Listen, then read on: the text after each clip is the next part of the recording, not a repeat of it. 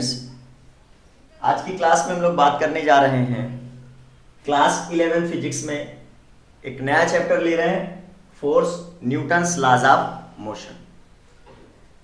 Student, force Newton's laws of motion में काफ़ी part है जो कोविड-19 की वजह से जो सिलेबस में नहीं है, तो उसको भी हम डिस्कस कर लेंगे, बट आपको बताते रहेंगे कि ये हेडिंग जो है अपने सिलेबस में नहीं है, तो उसको आप जो है समझिए, पढ़िए, बट एग्जाम के पर्पज से उसको प्रिपेयर करने की कोई जरूरत नहीं। तो नाउ स्टूडेंट, यहां हमारा जो फर्स्ट टॉपिक है इंट्यूटिव कॉन्सेप्ट ऑफ फोर्स। तो भाई ये हमारे कोविड-19 की वजह से सिलेबस से बाहर है।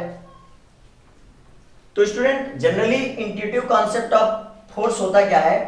The force is an external effort in the form of a push or pull which either change or tends to change the state of rest or uniform motion of a body along a straight line. Now student, generally यहां पर force के बारे में बताया गया कि भाई force किसी भी बॉडी में आप जो पुश करते हैं या पुल करते हैं, इसकी वजह से उस बॉडी के स्टेट में चेंज आ जाए, क्लियर, उसकी पोजीशन में चेंज हो जाए, या वो बॉडी अगर मोशन कर रही है, लीनियर मोशन परफॉर्म कर रही है, तो उसकी मोशन में भी चेंज आ जाए। इट मींस बॉडी की मोशन इंक्रीज हो सकती है, बॉडी की मोशन डिक्रीज कर सकती है। अगर हमने along the direction of motion force को अप्लाई किया तो बॉडी की मोशन इंक्रीज कर जाएगी, और अगर अपोजिट डायरेक्शन में फोर्स को अप्लाई किया तो बॉडी की मोशन में चेंज हो जाएगी। तो स्टूडेंट, सिंपल सा कॉन्सेप्ट यार, किसी भी बॉडी पर अगर आप कोई पुल या कोई पुश अप्लाई करते हैं तो उसकी वजह से बॉडी के मोशन में चेंज हो, बॉडी के शेप में चेंज हो, तो ये जो आप अप्लाई कर रहे हैं बॉडी पर, जिसकी वजह से ये हो रहा है, उसे हम फोर्स बोलेंगे। नाउ स्टूडेंट, फोर्स को अगर हम जनरली समझें तो फोर्स किसी भी बॉडी के शेप एंड साइज में चेंज करने के लिए या उसके मोशन में चेंज करने के लिए जो आप एक्सटर्नल एफर्ट अप्लाई करते हैं, उसे हम लोग फोर्स बोलते हैं। स्टूडेंट, अपना नेक्स्ट कॉन्सेप्ट है यहीं पर टाइप्स ऑफ फोर्स से रिलेटेड, कि भाई फोर्स टू टाइप्स के होते हैं। एक हो गया अपने पास कॉन्टैक्ट फोर्स, एक हो गया अपने पास नॉन कॉन्टैक्ट फोर्स। तो स्टूडेंट, कॉन्टैक्ट फोर्स में यहां लिखा गया है force which comes into play due to actual contact between the bodies. तो भाई टू बॉडीज के बीच में अगर कोई एक्चुअल कांटेक्ट है और इसके बाद सपोज दैट ये हैंड हमारा इस हैंड पे डायरेक्टली एक्चुअल कांटेक्ट है और इनके बीच में फोर्स अप्लाई हो रहा है, क्लियर। तो अगर एक्चुअल कांटेक्ट है टू बॉडीज के बीच में और उसकी वजह से उन दोनों पे फोर्स अप्लाई हो रहा है, तो ऐसे फोर्स को हम लोग कांटेक्ट फोर्स बोलेंगे। और इसका एग्जांपल हो सकता है भाई, एक बॉडी के ऊपर हमारी दूसरी बॉडी रखी है और वो बॉडी उसके ऊपर मोशन कर रही है, बट दोनों बॉडी के सरफेस जो रफ हैं उनकी वजह से मोशन के अपोजिट डायरेक्शन में एक फ्रिक्शन फोर्स अप्लाई होने लगता है, तो यहां पर उसको बोला गया है कि फ्रिक्शन फोर्स एक तरीके का नॉन कॉन्टैक्ट फोर्स है।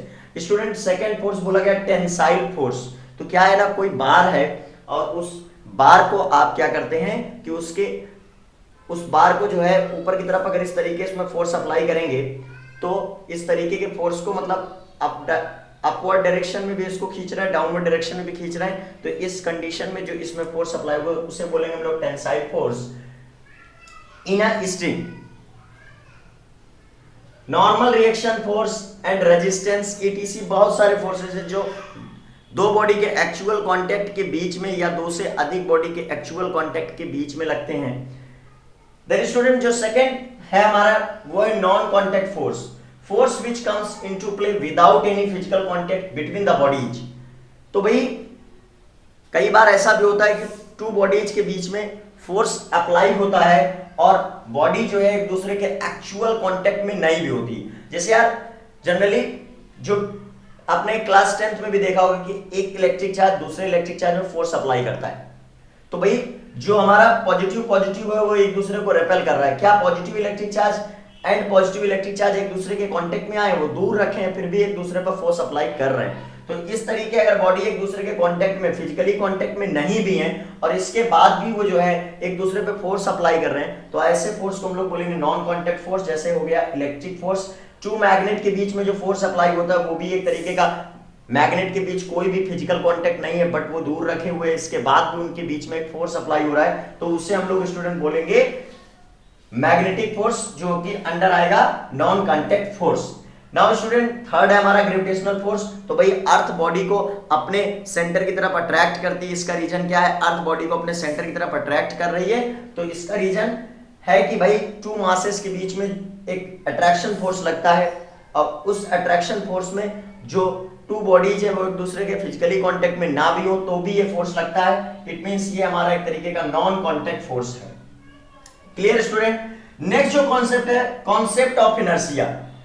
तो देखिए स्टूडेंट, कोई भी बॉडी अगर रेस्ट में है तो वो रेस्ट में रहना चाहती है, अगर वो मोशन में है तो वो मोशन में रहती है। जैसे सपोज दैट स्टूडेंट यहां पर ये पेन हमारा इस हमारी पाम के ऊपर ये पेन प्लेस्ड है, ये पेन अपने आप अपने रेस्ट और मोशन स्टेट को चेंज नहीं कर सकती। ये तब तक अपने रेस्ट और मोशन स्टेट को चेंज नहीं करेगी जब तक ये इसमें कोई एक्सटर्नल फोर्स हम अप्लाई नहीं कर देते। इट मींस जब हम इसमें कोई एक्सटर्नल फोर्स अप्लाई करेंगे तभी ये अपनी रेस्ट और मोशन का जो स्टेट है उसको चेंज करने वाला होगा। और स्टूडेंट ये एक तरीके से इनहेरेंट प्रॉपर्टी होती है। इट मींस ये कोई भी ऑब्जेक्ट को विरासत में मिलती है, मतलब कोई भी ऑब्जेक्ट ऐसा नहीं है जिसके अंदर इनर्शिया की प्रॉपर्टी ना हो। इनर्शिया की प्रॉपर्टी को अगर और बिल्कुल आसान शब्द में समझे तो यार, कोई बॉडी अगर रुकी हुई है ना तो वो रुकी ही रहना चाहती है, अगर वो मोशन कर रही है तो वो मोशन ही करेगी बिकॉज ऑफ इट्स इनर्शिया। उसके इस नेचर को ही हम इनर्शिया बोलते हैं। नाउ स्टूडेंट, इनर्शिया के टाइप्स देख लेते हैं आप। 3 टाइप्स की इनर्शिया होती है, inertia of rest, inertia of motion and inertia of direction. Now student, हम लोगों ने देखा कि जो इनर्शिया है वो एक इनहेरेंट प्रॉपर्टी है किसी भी बॉडी की, और बॉडी अगर मोशन कर रही है तो मोशन करती ही रहेगी। बॉडी अगर रेस्ट में है तो रेस्ट में ही रहेगी जब तक कि हम कोई एक्सटर्नल फोर्स बॉडी में अप्लाई नहीं करते। अब स्टूडेंट हम लोग डिस्कस करेंगे टाइप्स ऑफ इनर्शिया। तो इनर्शिया हमारी 3 टाइप्स की होती है, inertia of rest, inertia of motion and inertia of direction. तो स्टूडेंट, इनर्शिया ऑफ रेस्ट का मीनिंग ये है कि बॉडी के अंदर एक इनएबिलिटी होती है कि वो अपने आप को रेस्ट पोजीशन से मोशन कंडीशन में नहीं ला सकती विदाउट एनी एक्सटर्नल फोर्स। तो यहां पर कुछ एग्जांपल्स हैं, उनको डिस्कस कर लेते हैं। इनर्शिया ऑफ रेस्ट के, व्हेन अ बस और अ train start suddenly, a passenger standing inside it leans backward. तो स्टूडेंट क्या है कि मान लीजिए सपोज दैट ये पाम जो है हमारा बस है और इस पे ये पैसेंजर स्टैंडिंग है। देन स्टूडेंट क्या होगा कि अगर जो है यहां पर बस स्टार्ट करती है मोशन सडनली, तो ये जो पैसेंजर है, बस अगर स्टार्ट करती है मोशन सडनली तो ये जो पैसेंजर है ये पीछे की तरफ जो है हमारा गिर जाता है। Clear student? आप जो है कोई दूसरी बॉडी के साथ अगर हम ये करें तो देखिए यहां पर ये इंक बॉटल है हमारी, और मान लीजिए सपोज दैट ये पाम जो है हमारा बस है और इसके ऊपर ये बॉडी रखी हुई है। अगर बस सडनली आगे की तरफ जाती है तो देखिए बोतल हमारी पीछे की तरफ गिरी है। तो यहां हम लोगों ने ये चीज देखी कि भाई बस तो हमारी मोशन में आ गई बट ये अपने आप को रेस्ट में ही रखना चाहती थी, तो ये रेस्ट में बनी रह गई और बस आगे निकल गई और ये पीछे की तरफ गिर गई। Clear? When a hanging carpet is beaten with a stick, dust particles are clear.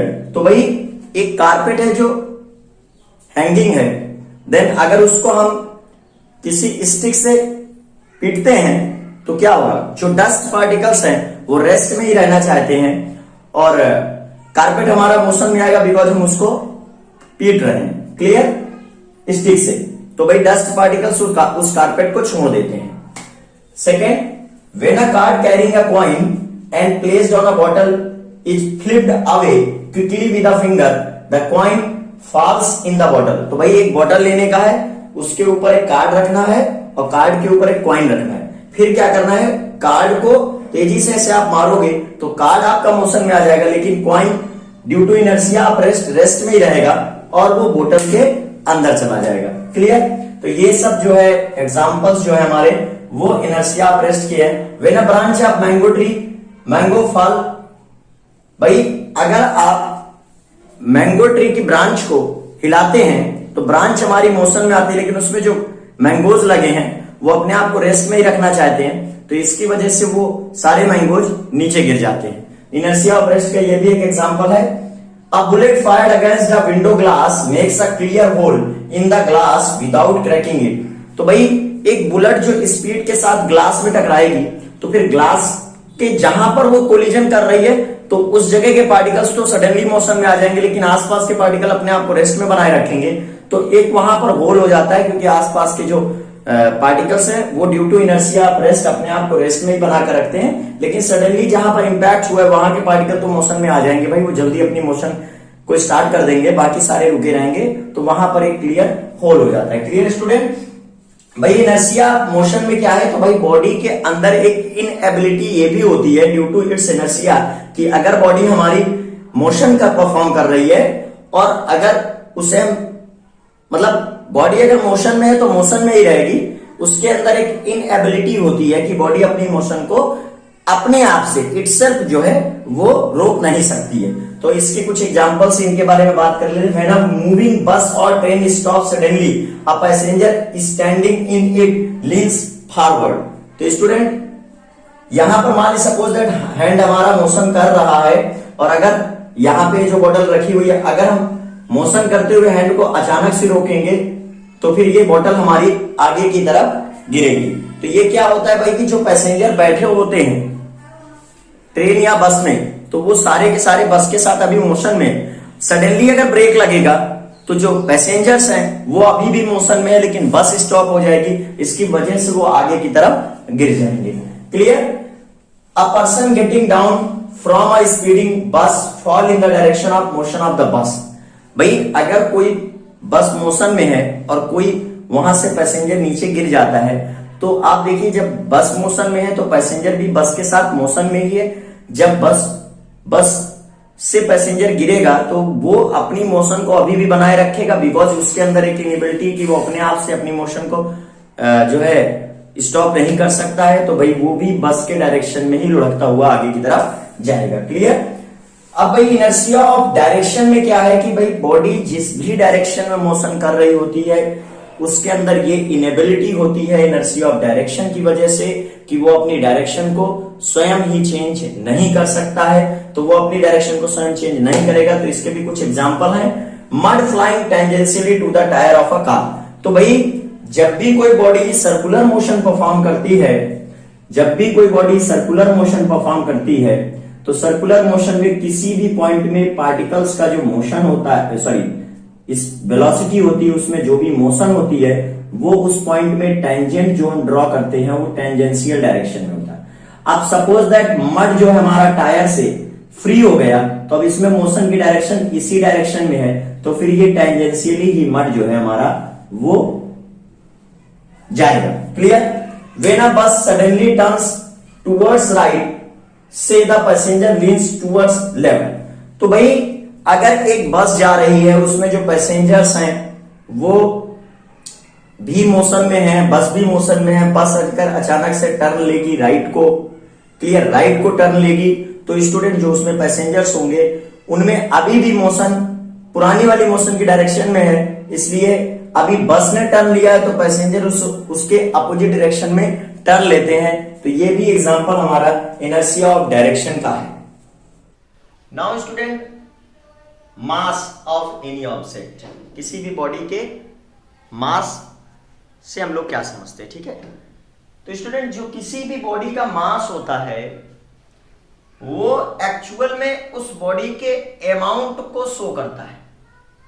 भाई किसी बॉडी के मास से हमें पता लगता है कि ये बॉडी का कितना अमाउंट है। एक तरीके से बॉडी के अमाउंट को मेजर करने के लिए मास जो है कारगर साबित होता है। क्लियर? दूसरी बात स्टूडेंट, मास बॉडी में लगने वाले ग्रेविटेशनल फोर्स के लिए भी जिम्मेदार है और मास की वजह से ही बॉडी में इनर्शिया भी होती है। तो भाई फर्स्ट जो डेफिनेशन है अपने पास मास की, the amount of matter contained in a body which determines it's response against the force with which it is subjected. तो भाई फोर्स और मास दोनों एक दूसरे के डायरेक्टली प्रोपोर्शनल होते हैं। मास जितना ज्यादा होता है बॉडी उतने ज्यादा से ज्यादा फोर्स को रेजिस्ट कर सकती है, मास जितना कम होगा बॉडी उतने कम फोर्स को रेजिस्ट कर सकती है। क्लियर? अब भाई यहां पर प्रॉपर्टीज ऑफ मास है, inherent property of an object. तो मास जो होती है बॉडी को, किसी भी बॉडी का मास एक इनहेरेंट प्रॉपर्टी है, मतलब एक तरीके से उसके लिए विरासत है, उसको चेंज नहीं किया जा सकता है। दूसरा, मास किसी भी बॉडी का उसके सराउंडिंग से कोई मतलब नहीं रखता है, इंडिपेंडेंट होता है सराउंडिंग से। मास एक स्केलर क्वांटिटी है, तो कोई भी स्केलर क्वांटिटी जो है वो अर्थमेटिक रूल्स को फॉलो करेगी, और जो अगर वेक्टर क्वांटिटी होती है तो वो वेक्टर रूल्स को फॉलो करती है। It measured using a common balance. तो भाई सिंपल सी बात है, जो अपने पास वेइंग स्केल होते हैं जिनसे हम मास को मेजर करते हैं, उन्हीं की बात हो रही कि मास को हम कॉमन बैलेंस से मेजर कर सकते हैं। अब मास के टाइप्स, तो भाई यहां पर हमारे पास 2 टाइप के मासेस हैं, एक है इनर्शियल मास, दूसरा है ग्रेविटेशनल मास। तो भाई इनर्शियल मास क्या होता है? स्टूडेंट एक सिंपल सा एग्जांपल है, अगर हम लोग बात करते हैं कि एक हमारे पास बॉडी है, वो उसमें जो है कम मास है और दूसरी बॉडी है उसमें मास ज्यादा है। अब बताइए आप, अगर इक्वल अमाउंट ऑफ फोर्स हम दोनों बॉडी में अप्लाई करते हैं तो जिस बॉडी का मास कम है वो ज्यादा मोशन में आएगी और जिसका मास ज्यादा है वो कम मोशन गेन करेगी। तो इट्स मीनिंग इज दैट कि भाई बॉडी में अपने रेस्ट और मोशन के स्टेट को चेंज करने के लिए इनर्शिया जिम्मेदार है, बट जितना ज्यादा बॉडी का मास होगा उस बॉडी में उतनी ज्यादा इनर्शिया होगी। तो मास को हम लोग एक तरीके से मास की हेल्प से हम लोग बॉडी में इनर्शिया को भी मेजर कर सकते हैं। भाई इनर्शियल मास को देखें तो ये भी एक स्केलर क्वांटिटी है। दूसरी बात, किसी भी केमिकल रिएक्शन में बॉडी का इनर्शियल मास कंजर्व्ड रहता है independent of state and the temperature of the body. तो भाई किसी बॉडी के स्टेट से क्या मीनिंग है? तो किसी बॉडी के स्टेट का मीनिंग ये होता है कि बॉडी का क्या टेम्परेचर है, बॉडी में कितना प्रेशर अप्लाई हो रहा है, और डिफरेंट फिजिकल क्वांटिटीज अगर उस बॉडी में चेंज हो फिर भी बॉडी के मास में किसी भी तरह का कोई चेंज नहीं आता है। Clear student? और ग्रेविटेशनल मास, तो भाई ग्रेविटेशनल मास एक तरीके से कोई भी ऐसी बॉडी जिसमें मास है तो उसको अर्थ अपने सेंटर की तरफ अट्रैक्ट करती है। तो कितना अट्रैक्शन फोर्स अर्थ उस बॉडी में अप्लाई कर रही है उसी को हम लोग बोलते हैं ग्रेविटेशनल मास। Clear student? यहां पर एक बात स्टूडेंट और ध्यान देनी होगी कि बॉडी की स्पीड अगर कम है तो बॉडी जो है क्लासिकल मैकेनिक्स मतलब न्यूटन की मैकेनिक्स को फॉलो करती है, और अगर बॉडी की स्पीड जो है approximate is equal to speed of light के इक्वल हो जाए तो फिर बॉडी का मास जो इनर्शियल मास है वो वेरी करता है। अगर बॉडी के हम रेस्ट मास को m0 माने कि m0 मास का जो अभी रेस्ट कंडीशन में जब बॉडी है तो उसका मास m0 है, लेकिन अगर बॉडी की स्पीड वेलोसिटी ऑफ लाइट के अप्रोक्सीमेट इक्वल होगी या इसके आसपास हो तो फिर भाई बॉडी का मोशन में मास जो है वो चेंज होगा, और ये जो है मॉडर्न फिजिक्स में हम लोग इसको देखते हैं। और ये जो रिलेशन है m is equal to m0 upon √1 minus v square by c square, तो ये आइंस्टीन ने अपनी जो है मॉडर्न फिजिक्स में इसको ड्राइव किया है। तो यहां पर m को हम लोग बोलेंगे बॉडी जब स्पीड ऑफ लाइट के अप्रोक्सीमेट इक्वल स्पीड से ट्रेवल करती है तो इसके मास में क्या होता है? वेरिएशन होता है। Clear student? अप्रोक्सीमेट इक्वल या उसका हाफ हो जाए, मतलब जब बॉडी की स्पीड बहुत ज्यादा हो जाएगी तब उसके मोशन कंडीशन में मास जो है उसका इंक्रीज कर जाता है रेस्ट कंडीशन के कंपैरिजन से। लीनियर मोमेंटम, जनरली स्टूडेंट अगर हम किसी बॉडी के मोशन की बात करते हैं तो हमारे दिमाग में सीधे ये चीज आती है कि बॉडी की वेलोसिटी जितनी ज्यादा होगी बॉडी के मोशन भी उतनी ही ज्यादा होगी। Clear student? कभी भी अगर हम अपने दिमाग में ये लाएं कि भाई बॉडी में मोशन कितनी है तो हम जनरली बॉडी की जो वेलोसिटी है उसी से बॉडी के मोशन को जो है ऑब्जर्व करते हैं, लेकिन ऐसा नहीं है स्टूडेंट। मान लीजिए हम आपसे एक एग्जांपल देते हैं कि भाई एक ट्रेन है जो 5 मीटर पर सेकंड की स्पीड से मोशन में है, और अगर उस ट्रेन के सामने कोई बंदा उस ट्रेन को रोकने के लिए आ जाए जो ट्रेन 5 मीटर पर सेकंड की स्पीड से आ रही है, तो अगर वो उसके मोशन को जीरो करना चाहता है, इट मींस अगर हम ये सोचे कि बॉडी की वेलोसिटी ही मोशन है, तो अगर वो उस ट्रेन को वो रोकने के लिए आएगा तो फिर वो उसकी मोशन को चेंज नहीं कर पाएगा और उसकी वेलोसिटी को जीरो नहीं कर सकता है। क्लियर? नाउ स्टूडेंट, अगर यहीं पर हम किसी बाइसिकल की बात करें जो 5 मीटर पर सेकंड की स्पीड से जा रही है, और बंदा अगर बाइसिकल को रोकना चाहता है, 5 मीटर पर सेकंड की स्पीड से आने वाली बाइसिकल को रोकना चाहता है, फिर वो अगर बाइसिकल को रोकने के लिए उसके मोशन के अपोजिट डायरेक्शन में फोर्स को अप्लाई करता है तो इजीली वो उस बाइसिकल को रोक सकता है।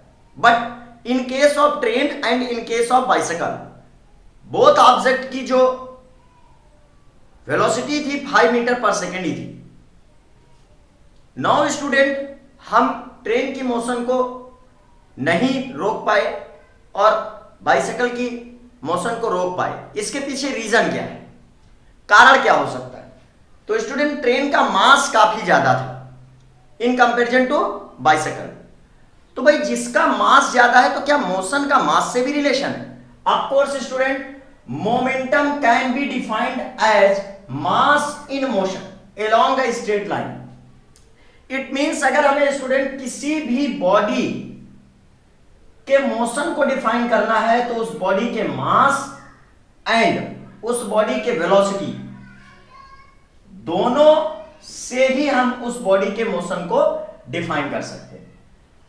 इट मींस स्टूडेंट, जनरली अगर हम एक जनरल टर्म में कहें, पूछा जाए कि कोई ऑब्जेक्ट मोशन कर रहा है तो उसमें मोशन कितनी है, तो हम ऐसे ही तो बोलेंगे कि m kg mass is going v metre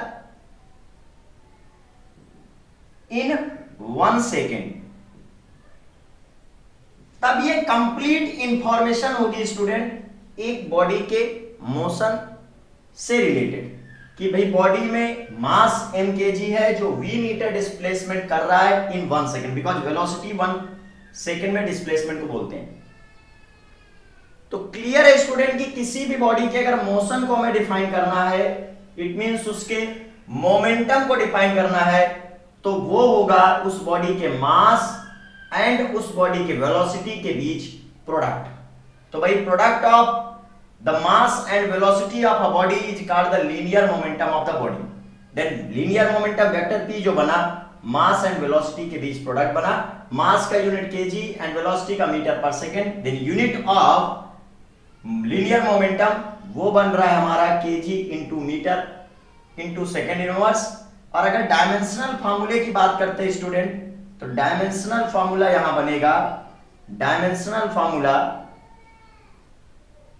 तो भाई kg मास है, मास को कैपिटल L m से, मीटर लेंथ है, लेंथ को कैपिटल L से, एंड सेकेंड टाइम है, टाइम को कैपिटल T से डिनोट करने पर mLT इनवर्स, ये जो है लीनियर मोमेंटम का डायमेंशनल फार्मूला बना। और स्टूडेंट, बॉडी की जो मोशन को हमें डिफाइन करना है तो लीनियर मोमेंटम से डिफाइन करना है, और बॉडी किस डायरेक्शन में मोशन कर रही है ये भी हमें डिफाइन करना होगा।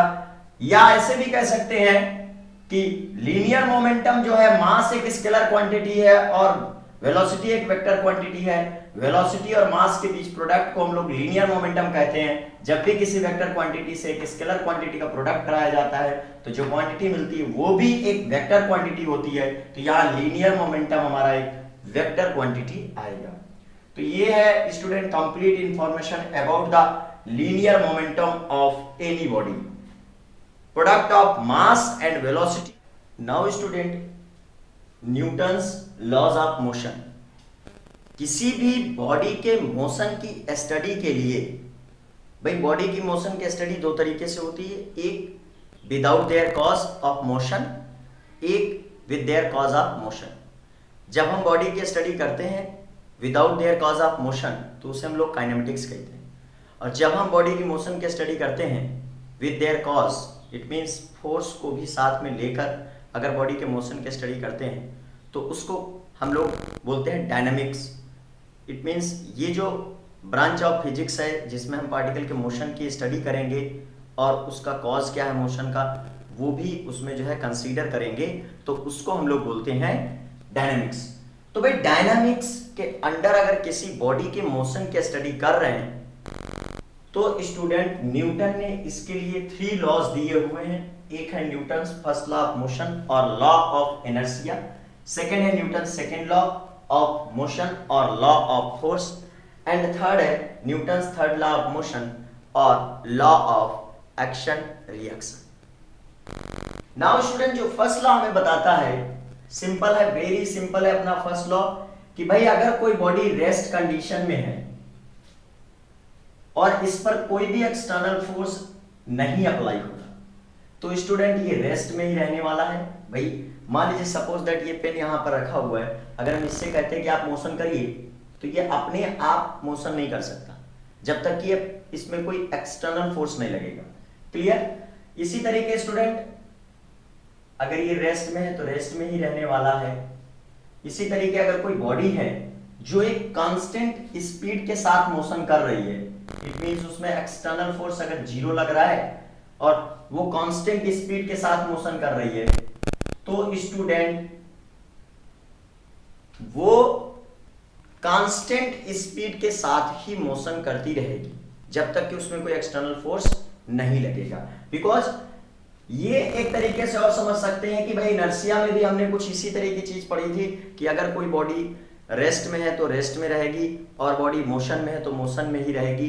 ये जो प्रॉपर्टी बॉडी के अंदर होती है इसे ही हम लोग बॉडी की इनर्शिया बोलते हैं। तो now student according to this law if a body is at rest it will remain at rest और if it is moving along a straight line with uniform speed then it will continue to move as such unless an external force is applied on it to change its present state। तो simple सी बात है student, जब तक किसी body में external force apply नहीं होगा तो बॉडी अगर रेस्ट कंडीशन में है तो रेस्ट में रहने वाली है, बॉडी अगर मोशन में है तो मोशन में ही रहने वाली है। अब बात करते हैं student Newton second law of motion में। तो Newton second law of motion generally student Newton second law of motion में हम लोग ये देखते हैं कि जो हमारी बॉडी है अगर उस बॉडी में हमने एक्सटर्नल फोर्स को अप्लाई किया हुआ है, क्लियर, बॉडी को कोई पुल या पुश अगर हमने देकर रखा है, एक्सटर्नल फोर्स अप्लाई करके रखा है, तो फिर स्टूडेंट इस बॉडी की जो वेलोसिटी है वो इंक्रीज होगी और मास तो इसका कांस्टेंट ही है, तो ड्यू टू भी जो इसका मोमेंटम है वो इंक्रीज होगा। इट मींस फोर्स के अप्लाई करने से बॉडी के मोशन में इसका मोमेंटम भी इंक्रीज होगा, बिकॉज मोमेंटम होता है मास इनटू वेलोसिटी। अगर वेलोसिटी इंक्रीज होगी तो हम बोलेंगे कि बॉडी की मोमेंटम में चेंज हो रहा है। तो भाई सेकेंड लॉ ऑफ मोशन में यही कहा गया है कि अगर हम किसी बॉडी में फोर्स को अप्लाई करते हैं तो फोर्स के एप्लीकेशन से बॉडी के मोमेंटम में चेंज होगा और बॉडी का मोमेंटम 1 सेकंड में जितना चेंज होगा, मान ली सपोज दैट dt सेकंड में बॉडी के मोमेंटम में चेंज आया student d vector p, then 1 second में जो बॉडी के मोमेंटम में चेंज आया है that is d vector p by dt। ये चेंज इन मोमेंटम क्यों है? It is just because of the application of force on the body. अगर आप बॉडी पे एक्सटर्नल फोर्स अप्लाई कर रहे हैं तो बॉडी के मोमेंटम में इंक्रीमेंट होने वाला है। अगर आप मोशन के डायरेक्शन में फोर्स को अप्लाई कर रहे हैं तो बॉडी का मोमेंटम इंक्रीज होगा। अगर आप मोशन के अपोजिट डायरेक्शन में फोर्स को अप्लाई कर रहे हैं तो फिर बॉडी के मोमेंटम में हम एक डिक्रीमेंट देखेंगे। इट मींस स्टूडेंट अगर किसी बॉडी में हम फोर्स को अप्लाई करते हैं तो उसके मोमेंटम में चेंज होगा। बॉडी के मोमेंटम में चेंज की वजह फोर्स है। इट मींस फोर्स क्या करता है? फोर्स क्या है? फोर्स बॉडी के मोमेंटम को चेंज करता है। एवरी सेकेंड बॉडी का जितना मोमेंटम चेंज होगा स्टूडेंट उसे ही फोर्स डिफाइन किया गया है। इट मींस टाइम के साथ बॉडी के मोमेंटम में जो चेंज होता है उसे ही हम लोग स्टूडेंट फोर्स बोलते हैं। The rate of change of momentum of a body is directly proportional to the applied force and this change take place in the direction of applied force। Mathematically इसको बोल सकते हैं vector F is equal to D vector P divide by dt is equal to ma। ये derivation जो student है इसको हम लोग आगे जाके करेंगे भी। अब नेक्स्ट है student Newton's third law of motion. Many times student क्या होता है कि जैसे सपोज दैट ये एक बॉडी है और ये एक बॉडी है, ठीक है। तो अगर ये बॉडी जो है हमारी, एक बॉडी जो दूसरी बॉडी में एक फोर्स को अप्लाई करती है, तो इस केस में हम देख रहे हैं कि बॉडी फोर्स को अप्लाई भी कर रही है बट ये बॉडी मोशन में भी नहीं है, बॉडी के मोमेंटम में कोई चेंज भी नहीं हो रहा है। तो इस बात को अगर हमें समझना है कि भाई किसी बॉडी में फोर्स भी अप्लाई हो रहा है बट बॉडी के मोमेंटम में चेंज नहीं आ रहा है, तो इसका रीजन क्या हो सकता है। तो भाई according to this law, to every action there is an equal and opposite reaction. It means suppose that student ये एक बॉडी है नेम्ड एज ए और ये सेकेंड बॉडी है नेम्ड एज बी, और बॉडी ए बॉडी बी में एक force apply करती है vector F A B. Clear student. Then obvious सी बात है स्टूडेंट, अगर ये बॉडी इस पर एक फोर्स अप्लाई कर रही है देन बॉडी बी भी एक बॉडी बी में एक रिएक्शन फोर्स इस फोर्स के अपोजिट डायरेक्शन में डेवलप होगा। जो बॉडी बी बॉडी ए में अप्लाई करेगी इसको हम लोग वेक्टर एफ बी ए बोल सकते हैं। देन स्टूडेंट इस केस में अगर इन दोनों बॉडी में कोई भी किसी तरह की कोई मोशन नहीं हो रही है तो इस केस में हम कह सकते हैं इनका रिजल्टेंट फोर्स क्या है, जीरो है। It means vector F A B plus vector F B A is equal to zero. It means vector F A B के अपोजिट डायरेक्शन में एक रिएक्शन फोर्स डेवलप हुआ है माइनस वेक्टर एफ बी ए।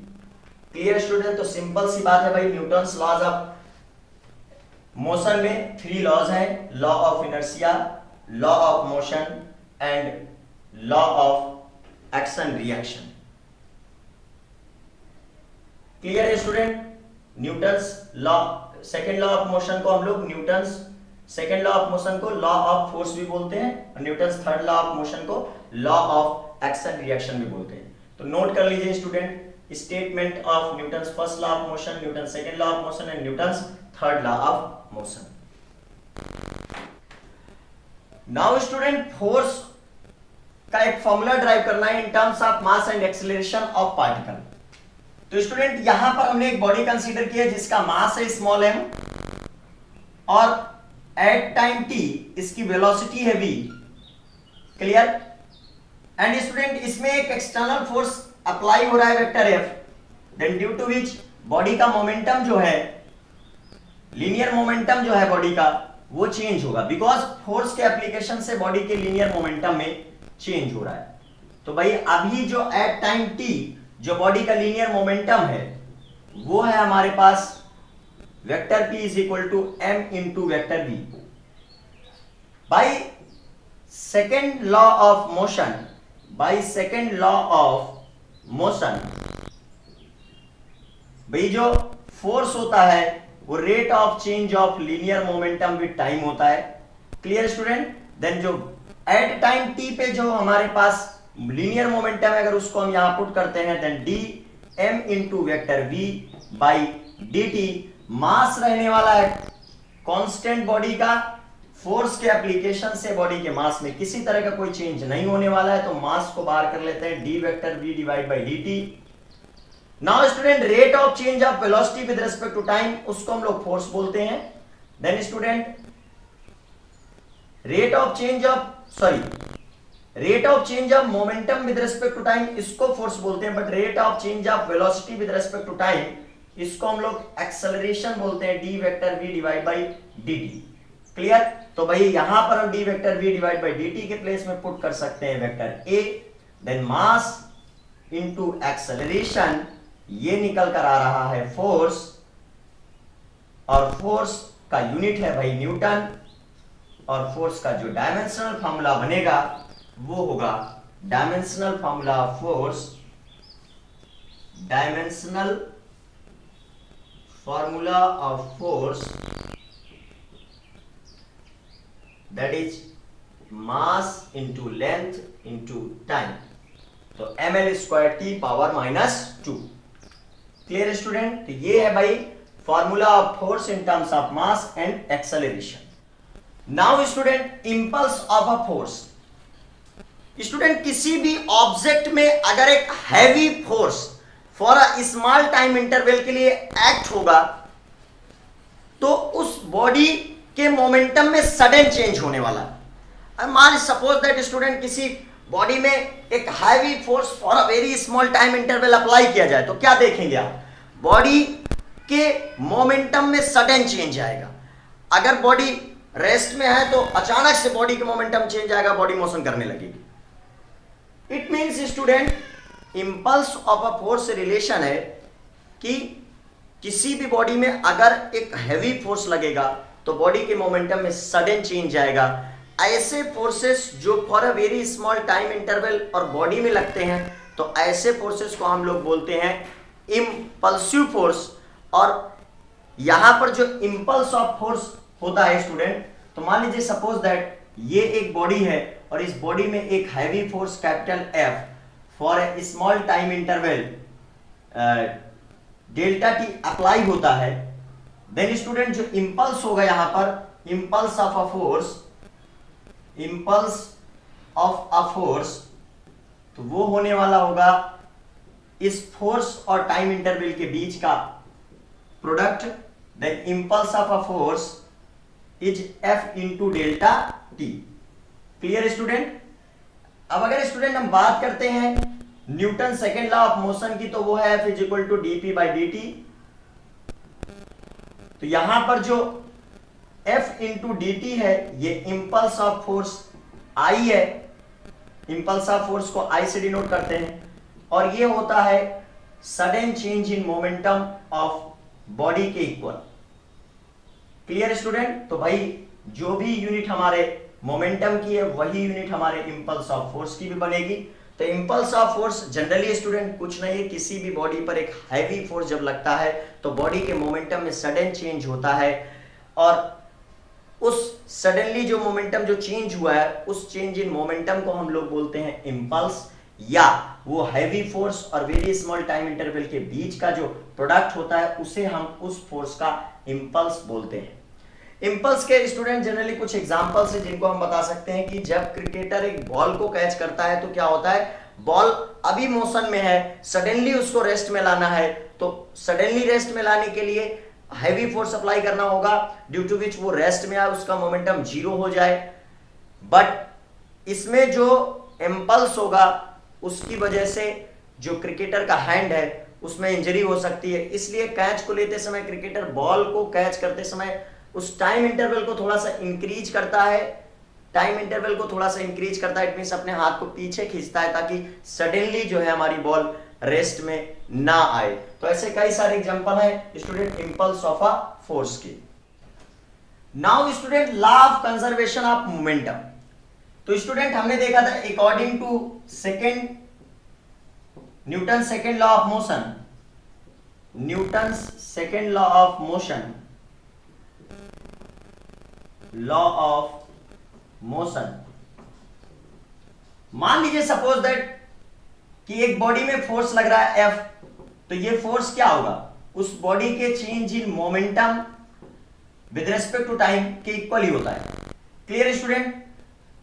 अब अगर किसी भी सिस्टम में जो एक्सटर्नल फोर्स है अगर उसको हम जीरो लेट करें, इफ एक्सटर्नल फोर्स, जो एक्सटर्नल फोर्स लग रहा है सिस्टम में, external force acting on system is zero,